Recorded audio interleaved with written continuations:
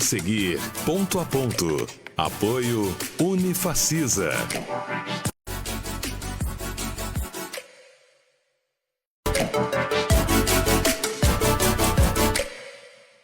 Alô, amigos, um abraço a todos. Especialistas informam que a decantada reforma tributária que está em curso no Brasil é para aumentar impostos e acabou a história. Aliás, o ministro Fernando Haddad tem dado várias entrevistas, falado sobre isso, e a contribuição social sobre o lucro líquido deve subir de alíquota nos próximos dias. Eu sou Paulo Roberto, estou na Rede ITA e o Ponto a Ponto está começando.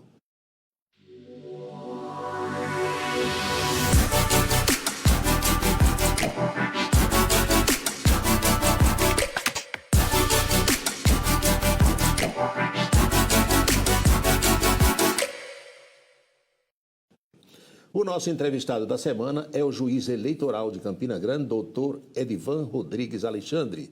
O pessoal da Justiça Eleitoral tem muito trabalho em ano de eleições, mas é um trabalho que não começa agora com as convenções ou pós-convenções, vem de antes. E o doutor Edivan veio conversar conosco sobre esses temas ligados à Justiça Eleitoral e também tirar dúvidas nossas e suas, telespectadores e telespectadoras. Doutor Edivan, seja bem-vindo ao programa, tudo bem? Muito obrigado, Paulo, tudo bem. A carga de trabalho dos senhores em ano eleitoral parece que duplica ou triplica, não é? Ao se aproximar o pleito, as eleições, os preparativos e a organização do processo eleitoral, eles começam, de fato, a aumentar. Os dias, a calendarização, as datas próximas às eleições. Vamos começar agora, a partir do dia 16, a propaganda eleitoral propriamente dita, e isso tudo traz uma carga de trabalho para a Justiça Eleitoral.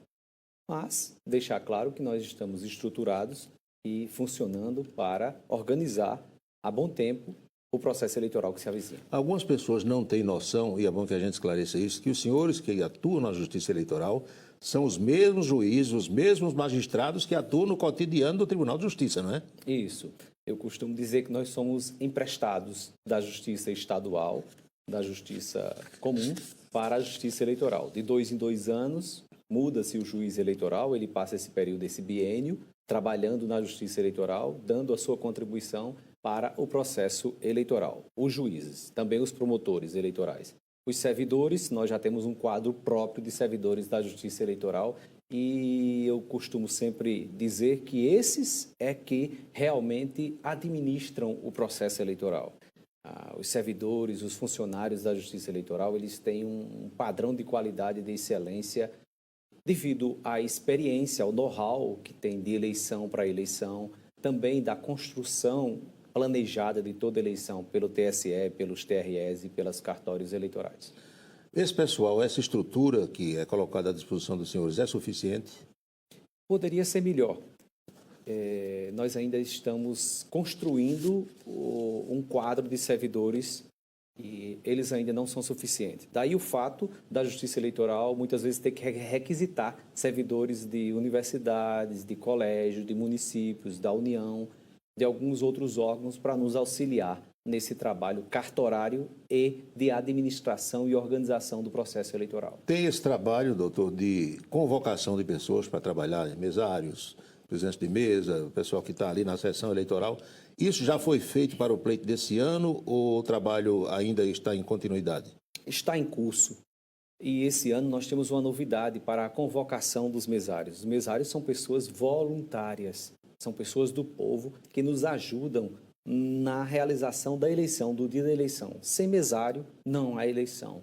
E os mesários, eles representam a Justiça Eleitoral no dia da eleição. Quando você chega em frente a uma mesa receptora de votos, você tem pessoas que são nomeadas, designadas pelo juiz eleitoral para representar a Justiça Eleitoral, para representar a organização da eleição. E esse ano nós temos uma novidade, Paulo. O chamamento, a convocação desses mesários está sendo feita através de WhatsApp. Sim. E o número do WhatsApp dessa pessoa, chega uma mensagem, ela confirma se é ela, responde a algumas perguntas básicas de identificação e ela está automaticamente convocada para trabalhar nas eleições. Como é que se dá esse voluntariado? A pessoa procura a Justiça Eleitoral e diz, eu quero trabalhar, é assim? E isso, nós temos a Justiça Eleitoral como um todo, o TSE, ele tem um programa, uma plataforma chamada Mesário Voluntário. Muita gente quer trabalhar como mesário. Acontece que nós não temos como saber que aquelas pessoas querem trabalhar. Isso. Daí, essa convocatória. Você vai no site do TSE, tem lá, Mesário Voluntário, você se credencia. Se você quiser também, você pode comparecer a qualquer cartório eleitoral e dizer, olha, eu quero trabalhar como mesário. E será cadastrado como mesário. Tem uma triagem para verificar se essa pessoa realmente é idônea ou se não está querendo ser, digamos, voluntário, entre aspas, para bagunçar, perturbar no dia da eleição? Assim como nós... Pode ser que alguém tenha essa intenção, né? Com certeza, e é boa pergunta para que a gente explicite isso, deixe bem claro. Assim como nós fazemos com relação aos mesários que são convocados, sim, nós fazemos toda uma análise da personalidade, para saber se aquela pessoa tem condições de ser mesário. Levanta o histórico, né? O histórico das pessoas, e aí convocamos. Logo em seguida, os mesários voluntários também serão checados, se ele pode ser mesário. E há uma série de proibições para mesários. Não podem ser diretores de partidos políticos, não podem ser pessoas candidatas, não podem ser pessoas das forças públicas. O Código Eleitoral traz uma série de restrições também. Pessoas que tenham, digamos, citações criminais, condenações, isso também é verificado, né? É verificado, com certeza. É como quando o sujeito vai entrar no Exército, o jovem, para o serviço militar obrigatório, alguns não sabem, mas a vida pregressa é toda levantada, né? É analisada. Se preenche aqueles requisitos. É um trabalho voluntário, mas é um trabalho extremamente responsável. E precisa que tenha pessoas responsáveis. E eu sempre, quando termino uma eleição, eu passo, às vezes, em cada sessão, agradecendo a esse pessoal o trabalho dele. É um trabalho voluntário, mas um trabalho sem o qual nós não teríamos a eleição. Os mesários são essenciais no processo eleitoral.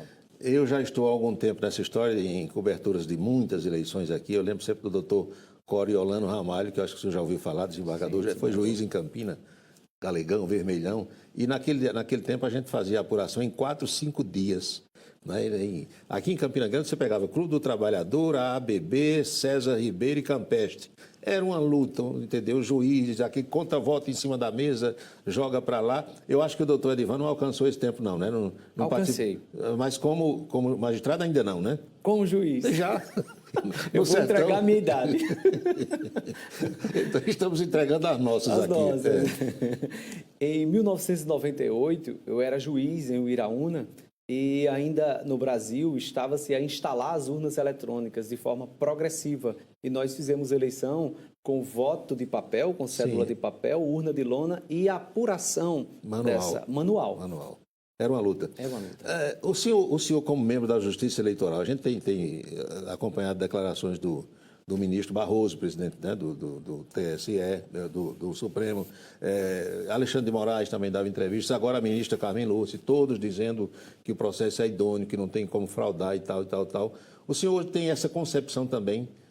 Hoje dá para dizer assim, a urna é segura, não tem nada como violar aquilo, fraudar?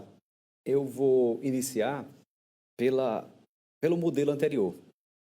Você acaba de falar acerca da apuração, como era, 5 dias apurando aqueles votos. E havia muita denúncia, você é testemunha disso, de fraudes.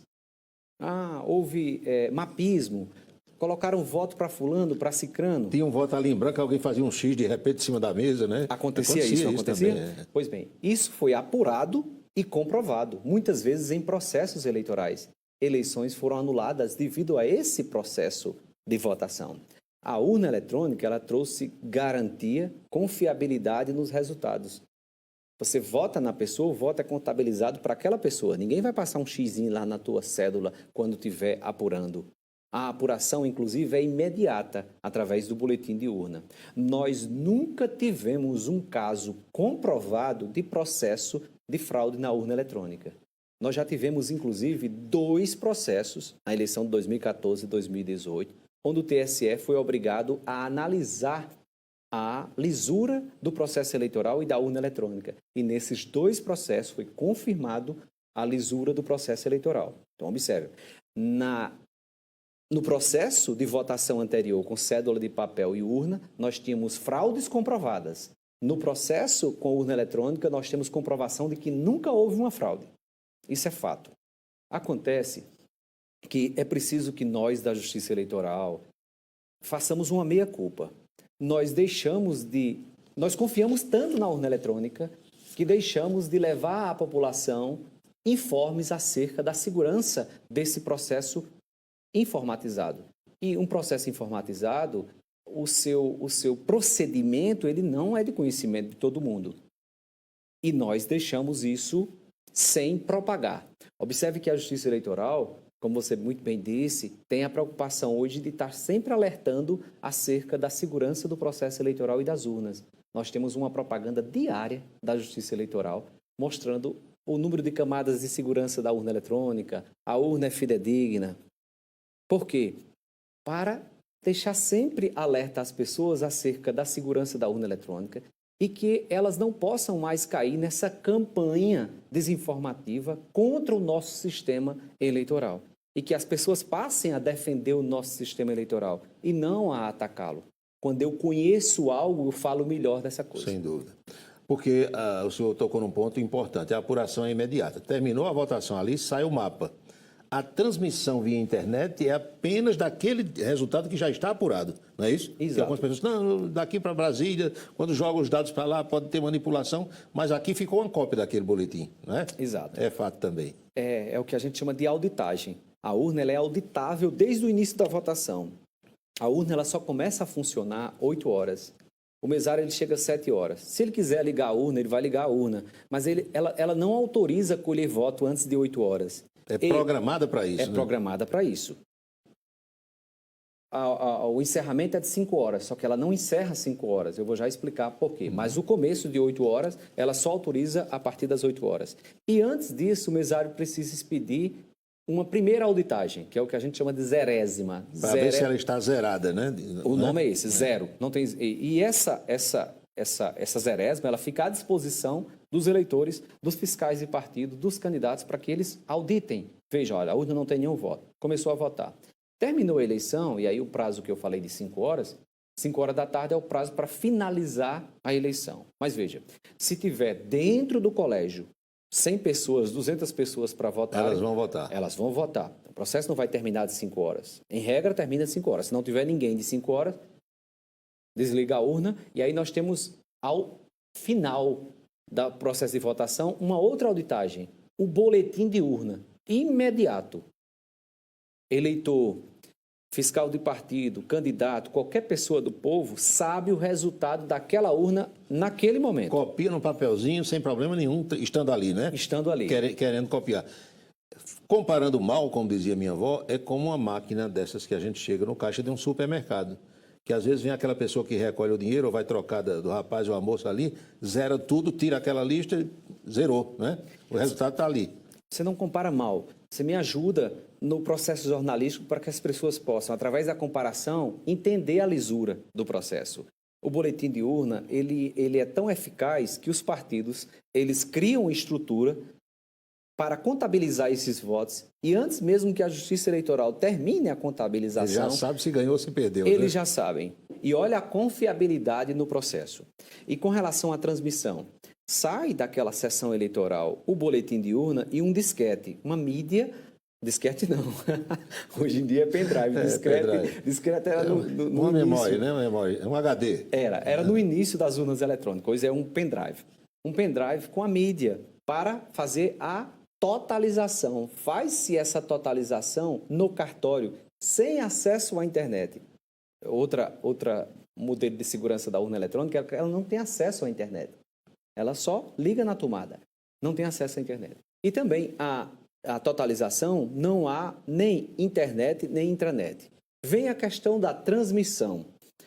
Por conta de um erro de sistema, houve um blackout da transmissão de uma eleição eleitoral e usaram isso como se fosse fraude. Mas veja, é preciso destacar que essa transmissão de dados ela não se dá através da internet, e sim da intranet do TSE. Ninguém tem acesso... É uma rede própria. É uma rede própria.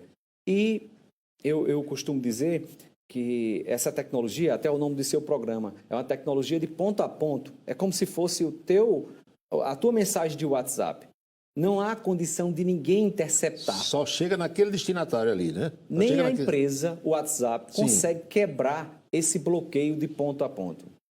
Isso se dá também no processo de transmissão de voto. E a segurança e a confiabilidade é tanta que essa apuração paralela que os partidos fazem bate com a retransmissão, bate com as pesquisas eleitorais. Nós não temos nenhum fato comprovado de fraude na urna eletrônica, de transmissão. E por que criar essa suspeita sobre as urnas eletrônicas? É uma pergunta, né, interessante. E essas mesmas pessoas, elas perguntam assim, por que o resto do mundo não usa esse sistema, o alemão, o americano, né? A gente ouve perguntas nesse sentido, por que será o japonês? Exatamente. Nós vimos uma eleição agora, a eleição da Venezuela, não gosto nem de citar o nome, mas é fato, está na mídia, e o presidente da Venezuela, antes da eleição, ele atacou o nosso sistema eleitoral, Sim, dizendo que não era auditável. E eu acabei de demonstrar as várias etapas de auditagem do nosso sistema eleitorais, além de outras. E, de repente, vem o resultado da eleição, ele é contestável e não há comprovação, não há como comprovar o resultado, ao contrário do nosso. Nelson Rodrigues, ele cunhou uma expressão para nós brasileiros em relação a quando a gente olha para o mundo. Ele dizia que nós temos o complexo de vira-lata. Sim. No sentido de que tudo nosso não presta, mas tudo de fora é bom, né? Tudo de fora é bom. Há um problema gravíssimo, mesmo na maior democracia do mundo, que é a americana. Lá há um sistema eleitoral, há uma forma de votação para cada estado. Não há uniformidade. Aqui nós temos uniformidade. O eleitor do Rio Grande do Sul vota igual a um eleitor do Amazonas, da Paraíba, igualzinho. Lá eles não têm essa uniformidade. Lá vota de papel, vota pelo correio, Sim, vota numa máquina, vota em urnas eletrônicas. e no fim vai valer o voto do delegado do partido para decidir a eleição, né? E tivemos já, inclusive, processo de retotalização de votos, recontagem, que foi parar na Suprema Corte. verdade. Depois da implantação da urna eletrônica em nosso país, nós nunca tivemos recontagem de votos. E, infelizmente, havia um processo para impressão do voto que nós iríamos recair em recontagens de votos. Nós não precisamos disso, nós precisamos avançar. Se me trouxerem uma alegação segura, palpável, de fato, de fraude nas urnas eletrônicas, tanto eu como qualquer juiz eleitoral, como o TRE, como o TSE, tem toda a intenção de averiguar e investigar se realmente esse fato procede. Mas é fato que não há nenhuma comprovação de fraude nas urnas eletrônicas. Muito bem. Estamos, então, concluindo o primeiro bloco do nosso ponto a ponto desta semana, entrevistando aqui o doutor Edivan Rodrigues Alexandre, juiz eleitoral em Campina Grande. Voltamos já já.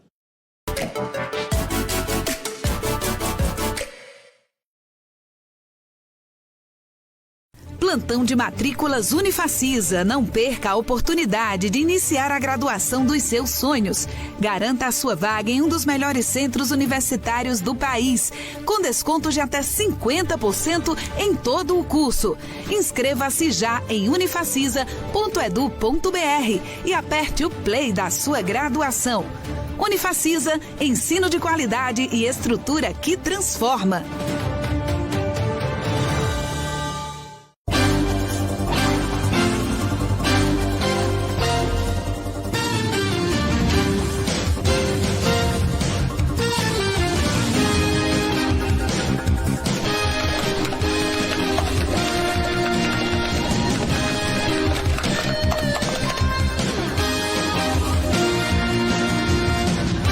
Camisa 10, o blog do Paulo Roberto, um dos mais acessados do estado.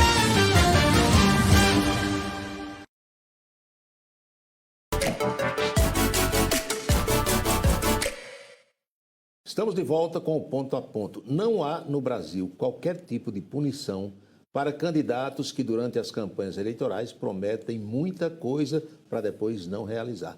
A única sanção que eles podem sofrer é a absoluta falta de votos na eleição, se, naturalmente, o eleitor não votar mais ou se o eleitor lembrar em quem votou. tem esse fenômeno aqui no Brasil, sobretudo em eleição legislativa, né, doutor? Que a gente pergunta, votou em quem? Ah, nem lembro, vereador. Os senhores se deparam também com essas situações, não é? Acontece. Acontece. O senhor é sertanejo de Souza, Souza. que nos assiste agora pelo canal 45.1. Fale um pouquinho da sua origem e onde foram seus estudos, por favor, doutor. Muito bem, eu nasci num distrito, na zona rural, em Souza, chamado Distrito de Pereiros. E logo em seguida meu pai, entendendo que naquele distrito não tinha educação suficiente para que a gente pudesse estudar, ele vendeu a sua terrinha. Sim. E foi morar em Souza, um bairro periférico chamado Angelim, o bairro do Angelim, onde eu morei e estudei. Terminei os meus estudos, naquela época, 2º grau, e logo em seguida fiz vestibular, o único vestibular que fiz, e fui aprovado para o curso de Direito em Souza. Só havia o curso de Direito em Souza. Na época era o FPB. O FPB, Campus 6 de Souza. Sim. Hoje, o FCG, Campus de Souza. Muito bem. Curso de Direito. Então, me formei em Souza, fiz concurso para promotor de justiça no Rio Grande do Norte, fui aprovado, fui promotor de justiça no Rio Grande do Norte durante 6 meses e logo em seguida, concomitantemente, fazia concurso para juiz na Paraíba. Sim. E fui aprovado. Também. E resolvi optar pelo meu estado e pela magistratura. Na política, a gente às vezes entrevista um parlamentar ou alguém que exerce o cargo executivo e uns dizem assim, a minha vocação é mais para o executivo, outros dizem, eu gosto mais do parlamento. No seu caso, a opção pela magistratura foi porque não se adaptou muito ao Ministério Público? Na realidade, não. Foi pela terra, pela pátria mãe, o estado da Paraíba. Eu estava no Rio Grande do Norte, mas eu sempre quis ser promotor de justiça. E eu entendo que tenho, assim, uma tendência a promotor de justiça. Mas confesso que a hora de entrar na magistratura me vi vocacionado, gosto do que faço e amo ser magistrado, ser juiz, amo o que faço. Quem passou pela experiência que o senhor passou tem, assim, digamos, mais facilidade na função que exerce hoje, porque já esteve do outro lado do balcão, digamos assim, não é? Então, num debate aqui, numa discussão, no bom sentido, com um membro do Ministério Público, o senhor conhece o outro lado também. Exato, não é? mas não há facilidade para ser juiz, para ser magistrado. É muito complicado. Decidir é muito complicado. Eu sei que sim. Pois bem, agora nós estamos aí nesse período do registro, do pedido de registro das candidaturas. Como é que tem sido da última terça-feira para cá? Muito bem, nós passamos os prazos do calendário eleitoral, do dia 20 de julho ao dia 5 de agosto, as convenções. Os partidos podiam escolher uma data dentro desse prazo e fazer suas convenções. E nós estamos no calendário eleitoral no período de registro de candidatura, até às 19 horas. Do dia 15 de julho, os partidos podem e devem... 15 de agosto. 15 de agosto. 15 de agosto desse mês. Os partidos podem e devem fazer o registro de seus candidatos escolhidos em convenções. Nós temos recebidos, eu sou responsável pelo registro de candidatura de Serra Redonda, Sim. De Campina Grande é um Minha outro querida juiz. metrópole, onde eu não nasci, mas fui batizado, registrado e crismado por Frei Damião de Bozano. Estou bem, não estou? Está muito bem. Frei Damião, nós temos uma estátua em Souza em homenagem a Frei Damião, em devoção a Frei Damião de Bozano. Durante muito tempo, a eleição da minha querida Serra Redonda foi resolvida na cidade do Ingá. Não é? Mudou para cá? Como é que foi? Mudou. Nós tivemos um rezoneamento, o TSE mudou e veio para cá. É tanto que o batalhão, quando eu preciso falar com a Polícia Militar, é lá da região, em Ingá, e não daqui. Mas Serra Redonda é de nossa responsabilidade. Doutor Edivan, quando é que um registro de candidatura é negado pela Justiça Eleitoral? O candidato ele precisa ser elegível, ele precisa ter as condições de elegibilidade, idade mínima para ser candidato, desincompatibilização, não ter nenhuma condenação criminal que cause impedimento. E o candidato não pode ter nenhuma causa de inelegibilidade. Se o candidato tem um parente, prefeito, governador ou presidente da República até 2º grau, a Constituição diz que ele é inelegível. Se o candidato tem uma condenação criminal transitada em julgado, ele fica com seus direitos políticos suspensos e, portanto, ele não pode ser candidato. Se o candidato é condenado com crime grave, exemplo, homicídio, tráfico de drogas, estupro, corrupção, em segundo grau, num tribunal, há uma causa de inelegibilidade. Portanto, ele fica inelegível. E aí o registro será negado. Se ele tiver problema com a Justiça Eleitoral, também. Depende do problema, digamos assim. Uma ação de investigação judicial que o tornou inelegível. Na ação eleitoral, na Justiça Eleitoral, ele foi condenado. Compra de voto, abuso de poder político, abuso de poder econômico, ele foi condenado. Inelegibilidade. Essa inelegibilidade perdura por 8 anos. Enquanto não transcorrer esse prazo, ele se torna inelegível e, portanto, seu registro será indeferido. Uma coisa que parece banal, mas digamos que esse pretenso candidato não tenha votado na última eleição e nem regularizado a sua situação. Vai poder registrar? Não. Se houver uma multa para ele pagar, nós todos somos obrigados a votar. Se não votamos, precisamos justificar o voto. Vai numa sessão eleitoral e justifica, ou 60 dias depois, no cartório eleitoral e justifica. Se não fizer, tem uma multa. Quem não paga essa multa não tem condição de votar ou ser votado. Parece uma coisa boba, né? Multa Boba. pequena e tal, mas... Pagou também, já retira a condição de inelegibilidade. Mesmo nesse período agora, ele pode pagar ainda? Pode pagar. E obter o registro. E obter o registro. O que é que o candidato ou pretenso candidato, quem foi, por exemplo, homologado em convenção, não pode fazer de terça-feira para cá? Somente a propaganda eleitoral ela é só permitida, a lei fala assim, após o dia 15. O dia 15 é justamente o último dia de registro. Sim. Nós dizemos que, olha, a partir do dia 16 é permitida fazer propaganda eleitoral. E o que é propaganda eleitoral? É pedir votos. Sim. Pedir votos. Nesse período, mesmo depois de escolhido, o candidato ele não pode fazer propaganda eleitoral pedindo voto. Ainda, não é? Ainda. Só a partir do dia 16. Nesse período, seja antes da convenção, seja depois de ter sido escolhido em convenção, ele pode dizer que é pré-candidato, dizer o que pretende fazer, apresentar plataformas de governo, no legislativo. Que candidato vai apoiar isso, né? E isso, aquilo, pode participar de debates, de entrevistas, Sim. mas não pode fazer propaganda eleitoral, distribuir santinhos, colocar o número em cards de Instagram ou Facebook, pedir votos no Instagram, vote em mim na próxima eleição, aí já ocasiona o que a gente chama de propaganda eleitoral antecipada, que é vedada, que é proibida e causa multa. O eleitor de que modo pode ser afetado numa situação como a presente? Eu vou votar em Reginaldo Bastos, que é nosso colega aqui do estúdio, posso pintar o nome dele bem grande na minha casa, botar uma foto dele gigantesca, hastear uma bandeira com a foto dele, isso é permitido ou não? Paulo, a sua pergunta, eu sempre gosto de destacar a importância. Os partidos, os candidatos, as candidatas, eles conhecem a legislação eleitoral ou têm uma assessoria jurídica por trás. Os partidos, o eleitor não, né? O eleitor não. E o eleitor, com as redes sociais, ele pode fazer propaganda eleitoral, ele tem essa possibilidade. E muitas vezes ele não sabe as regras e incorre em penalidades, em multas da Justiça Eleitoral. Por exemplo, isso que eu falei da propaganda eleitoral antecipada, com pedido de voto, o eleitor também não pode fazer. Agora, a partir do dia 16 de agosto, ele poderá, nas suas redes sociais, dizer em quem vai votar e pedir, inclusive, voto. Antes, isso pode acarretar multa para ele. No caso da sua residência, quando for a partir do dia 16 de agosto, você pode usar uma cartolina, um pedaço de... Aqueles panfletos que os candidatos mostram com a foto do candidato até...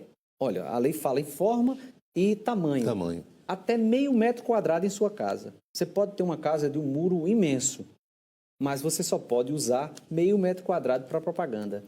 E não pode pichar, não pode pintar, não pode usar faixa, balões, nem bandeira em sua residência. Botar nome em poste, em viaduto, em ponte, nada disso é permitido, né? Tudo isso é proibido. São bens de uso comum, bens públicos que estão proibidos. Na rua, o que os candidatos podem fazer são aquelas bandeiras com as pessoas segurando a bandeira ou distribuição de santinhos no meio da rua. Doutor Edivan, daria para a gente conversar aqui umas 2 horas, mas o senhor é muito ocupado E TV é tempo. O pessoal está dizendo ali que chegou a hora da gente encerrar. Eu lhe agradeço muito a presença aqui no programa. Vamos lhe dar muito trabalho daqui até a eleição, porque vamos procurar frequentemente os juízes eleitorais para que tirem dúvidas nossas e dos telespectadores também. Muito obrigado. Viu? A imprensa é parceira, Paulo, sempre. E nós da Justiça Eleitoral é que agradecemos. Muito obrigado. Obrigado. E a você de casa, o nosso melhor agradecimento. Marcamos encontro para o próximo Ponto a Ponto. Felicidades para todos e até lá.